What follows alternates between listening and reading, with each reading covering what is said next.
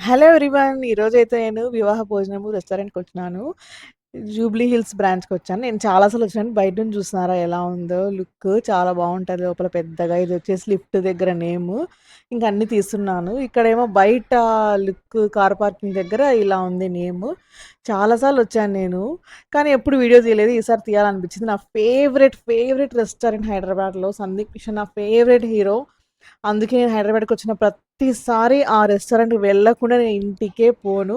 చూసారా క్రౌడ్ ఎంతుందో. Sunday afternoon ఇది.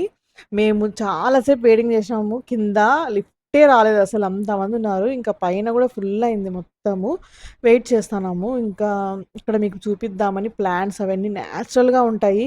రియల్ ప్లాంట్స్ ఇవన్నీ ప్లాస్టిక్ అస్సలు కాదు. కానీ ఇక్కడ ఫుడ్ మాత్రం మీకు కనిపిస్తుంది. అది ప్లాస్టిక్కా రియలా చెప్పండి? చూడ్డానికేమో చాలా రియలిస్టిక్‌గా ఉంది గదా! చాలా నచ్చింది. నాకైతే ఎప్పుడు ఇక్కడ ఫోటో తీసుకుంటానే ఉంటాను.